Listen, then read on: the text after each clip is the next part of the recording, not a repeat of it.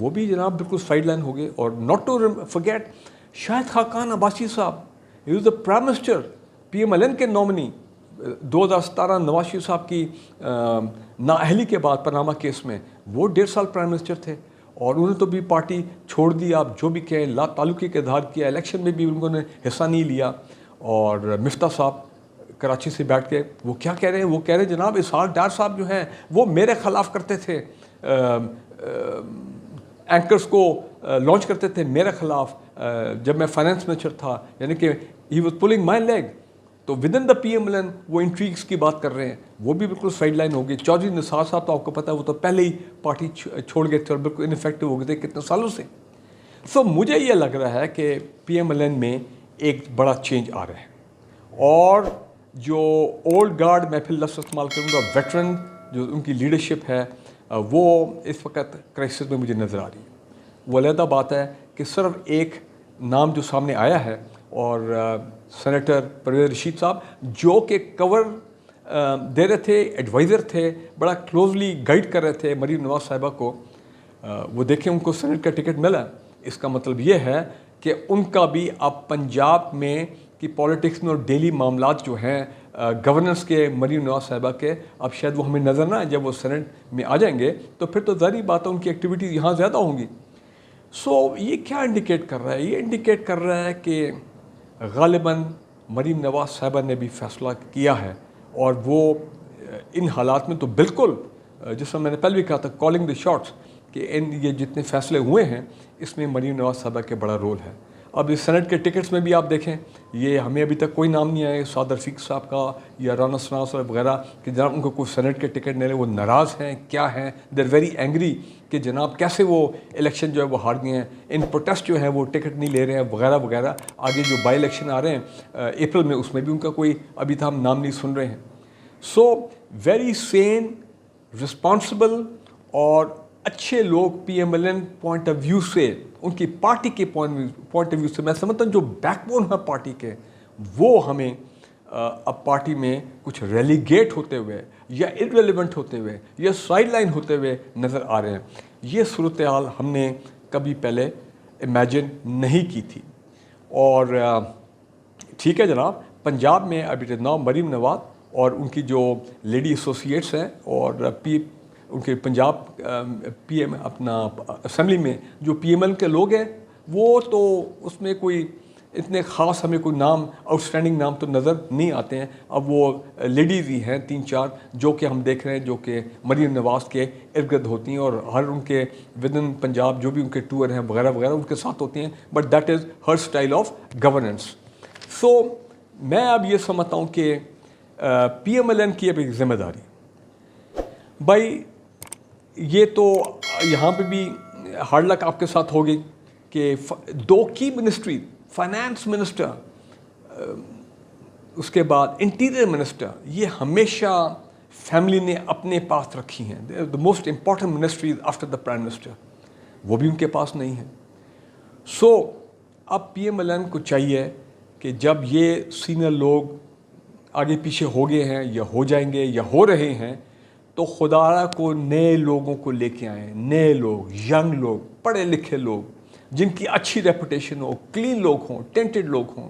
مجھے آج بھی یاد ہے 20-25 سال پہلے, بلکہ اس سے بھی زیادہ, لے کے آئے تھے پنڈی سے جناب سینیٹر راجہ ظفر الحق صاحب. کہ دیکھیں اس پائے کے, اس لیول کے جو لوگ ہیں وہ اب ان کو ڈھونڈنے چاہیے, ینگ لیڈرشپ میں ان کو اوپر لے کے آئیں تاکہ آگے معاملات جو ہیں وہ PMLN کے چلیں. سو اب لیٹ اس سی کہ آگے PMLN جو ہے, جہاں تک نواز شریف صاحب کا تعلق ہے, یہ تو بات اب کلیئر ہے کہ he is also in a state of shock کہ وہ پرائم منسٹرشپ ان کے ہاتھ میں نکل گئی.